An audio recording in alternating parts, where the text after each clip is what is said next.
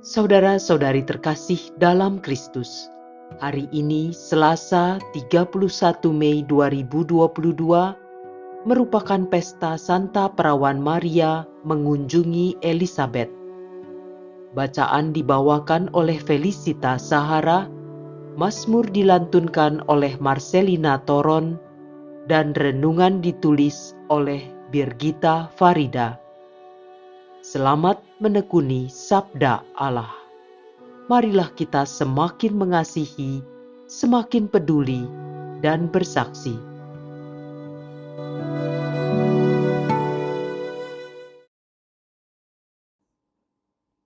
Bacaan dari Nubuat Sefanya, bab 3, ayat 14 sampai dengan 18a.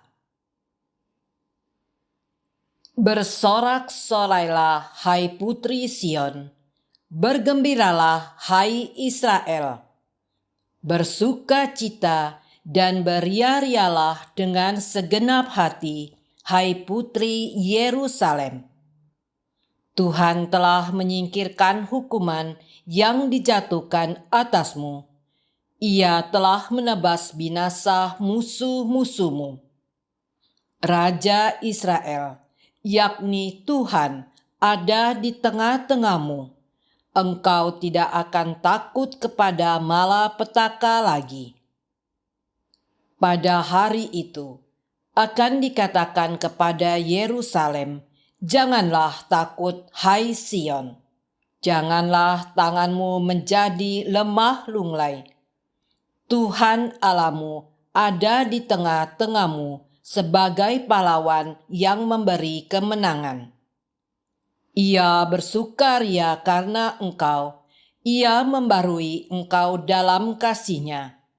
Dan ia bersorak gembira karena engkau, seperti pada hari pertemuan raya. Demikianlah sabda Tuhan.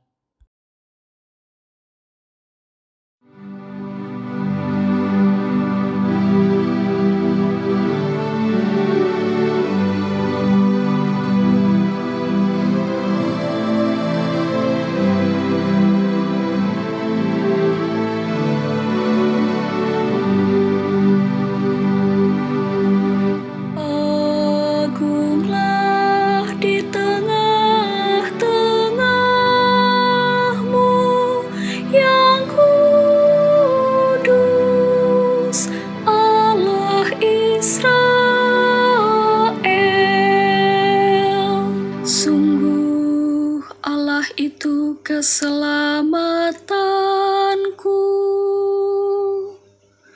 aku percaya dengan tidak gemetar, sebab Tuhan Allah itu kekuatan dan mazmurku. Ia telah menjadi keselamatanku.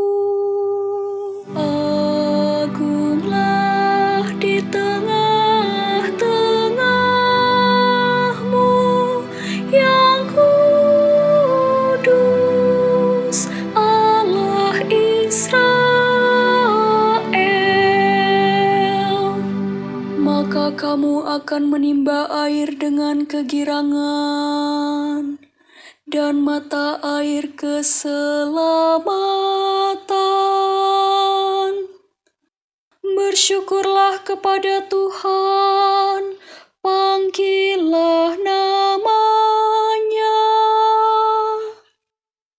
Beritakanlah karya-Nya di antara bangsa-bangsa. Masyurkanlah bahwa nama-Nya tinggi luhur. Agunglah di tengah-tengahmu yang kudus, Allah Israel. Bermazmurlah bagi Tuhan, sebab mulialah karya-Nya. baiklah hal ini diketahui di seluruh bumi. Berserulah dan bersorak-sorailah, hai penduduk Sion,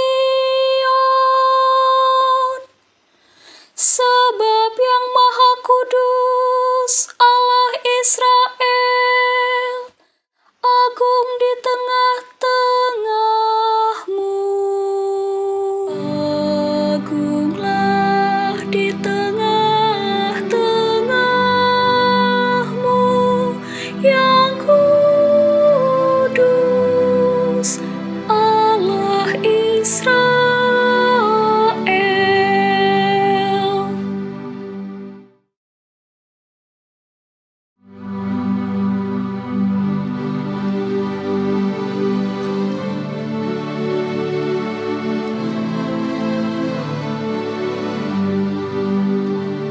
Haleluya, haleluya, haleluya, haleluya. Berbahagialah dia yang telah percaya, sebab firman Tuhan yang dikatakan kepadanya akan terlaksana.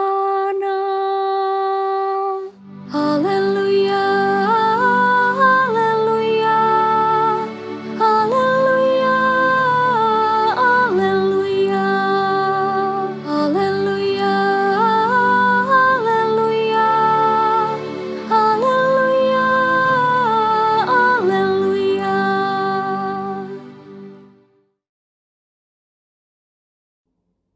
Inilah Injil suci menurut Lukas, bab 1, ayat 39 sampai dengan 56. Beberapa waktu sesudah kedatangan malaikat Gabriel, bergegaslah Maria ke pegunungan menuju sebuah kota di wilayah Yehuda. Ia masuk ke rumah Zakaria dan memberi salam kepada Elisabet. Ketika Elisabet mendengar salam Maria, melonjaklah anak yang di dalam rahimnya, dan Elisabet pun penuh dengan Roh Kudus, lalu berseru dengan suara nyaring, "Diberkatilah engkau di antara semua wanita, dan diberkatilah buah rahimmu. Siapakah aku ini sampai ibu Tuhanku datang mengunjungi aku? Sebab sesungguhnya, ketika salammu sampai kepada telingaku, anak yang ada di rahimku melonjak kegirangan. Sungguh, berbahagialah dia yang telah percaya, sebab firman Tuhan yang dikatakan kepadanya akan terlaksana." Lalu kata Maria, "Jiwaku memuliakan Tuhan, dan hatiku bergembira karena Allah Juru Selamatku, sebab Ia telah memperhatikan kerendahan hamba-Nya. Sesungguhnya, mulai sekarang segala keturunan akan menyebut aku berbahagia, karena Yang Maha Kuasa telah melakukan perbuatan-perbuatan besar kepadaku, dan namanya adalah kudus. Rahmat-Nya turun-temurun atas orang yang takut akan Dia. Ia memperlihatkan kuasa-Nya dengan perbuatan tangan-Nya, dan mencerai-beraikan orang-orang yang congkak hatinya. Ia menurunkan orang-orang yang berkuasa dari tatahnya, dan meninggikan orang-orang yang rendah. Ia melimpahkan segala yang baik kepada orang yang lapar, dan menyuruh orang yang kaya pergi dengan tangan hampa. Ia menolong Israel hamba-Nya, karena Ia mengingat rahmat-Nya, seperti yang dijanjikannya kepada nenek moyang kita, kepada Abraham dan keturunannya untuk selama-lamanya. Kira-kira 3 bulan lamanya Maria tinggal bersama dengan Elisabet, lalu pulang ke rumahnya. Demikianlah sabda Tuhan.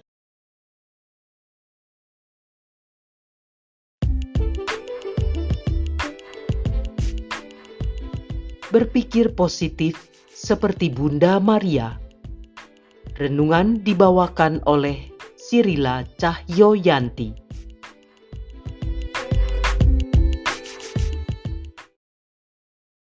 Bapak, Ibu, kaum muda, remaja, dan anak-anak yang terkasih, Shalom.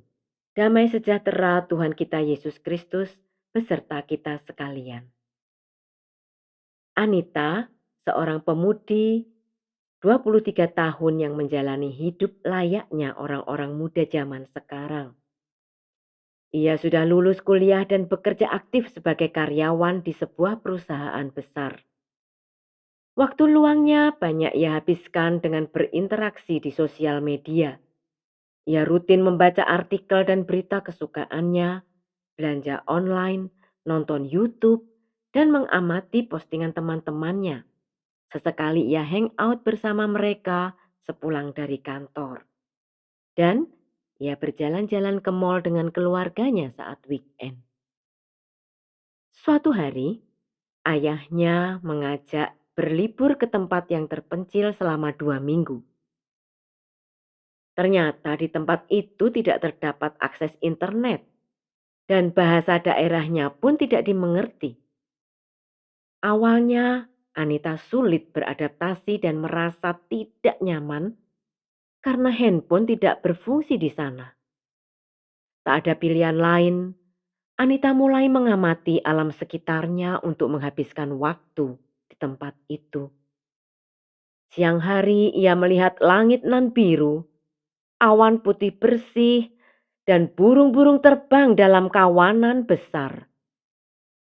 Pohon-pohon rindang, hamparan rumput yang luas, dan bunga-bunga beraneka warna.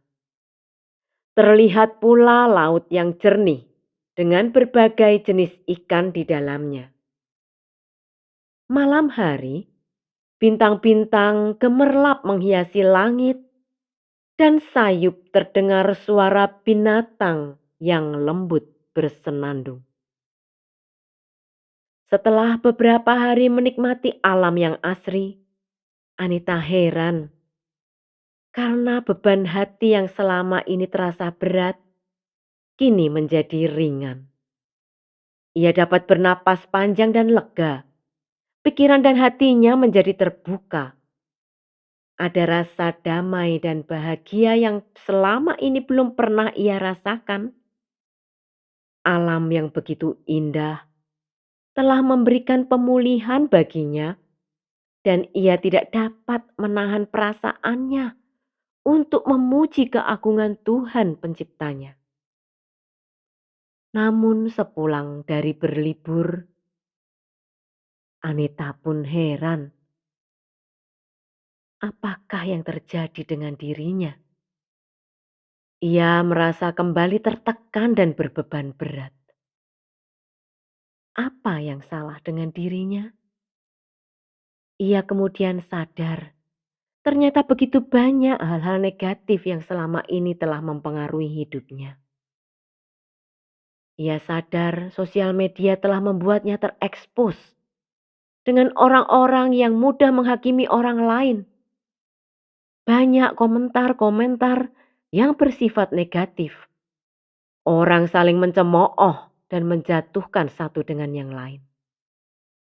Postingan gambar dan video yang dilihatnya mayoritas hanya menampilkan makanan, fashion, barang-barang, tempat-tempat wisata yang indah dan secara tidak sadar itu telah membentuk persepsinya akan kebutuhan terhadap semuanya itu. Anita sadar ia telah menghabiskan banyak energi juga untuk menyenangkan hati orang-orang yang tak pernah puas. Ia juga berusaha keras untuk menengahi konflik tanpa akhir antara dua belah pihak, baik di dalam keluarga maupun di lingkungan kerjanya. Akibatnya, Anita dipenuhi oleh pikiran-pikiran negatif dan ia menjadi pribadi yang sangat mudah emosi. Anita akhirnya sadar ia terlalu banyak membiarkan dirinya terkontaminasi dengan hal-hal negatif itu, sehingga ia kini menjadi pribadi yang penuh dengan ketakutan dan kekhawatiran. Pada akhirnya, Anita mengambil keputusan untuk lebih banyak berdoa dan membaca kitab suci. Ia sadar ia perlu mengisi hidupnya dengan hal-hal positif agar ia dapat kembali mengalami sukacita dan kebahagiaan. Bacaan Injil hari ini, Bunda Maria mengunjungi Elizabeth saudaranya untuk menyampaikan kabar gembira mengenai perbuatan besar Tuhan atas dirinya. Maria akan mengandung dan melahirkan Sang Mesias, Juru Selamat yang sudah ditunggu-tunggu sebagai pemenuhan janji Allah kepada bangsa Israel. Setelah Maria menerima kabar dari malaikat, ia segera mengunjungi saudaranya untuk membawa sukacita besar yang dialaminya. Maria melihat tugas perutusan atas dirinya ini sebagai hal yang positif. Namun, tunggu dulu, apakah benar demikian? Apakah benar tidak ada konsekuensi yang ditanggung oleh Maria atas tugas perutusan ini? Sebagai seorang Yahudi yang taat, Maria dengan jelas mengetahui hukuman bagi seorang gadis yang sudah mengandung sebelum menikah. Ia akan dihukum mati dengan cara dirajam. Masalah berikutnya adalah bagaimana ia akan menjelaskan semuanya ini kepada Yusuf tunangannya? Bagaimana pula apabila Yusuf kecewa dan membatalkan pernikahannya? Bagaimana Maria menjelaskan hal ini kepada orang tua dan sanak saudaranya?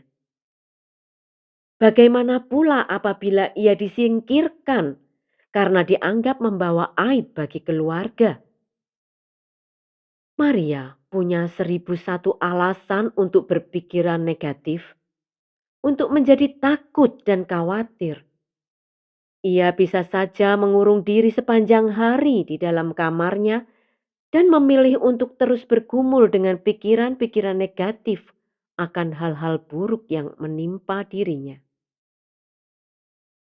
Namun, Bunda Maria, Bunda kita semua, memang Bunda Maria ini adalah bunda yang sangat luar biasa. Imannya sungguh-sungguh luar biasa.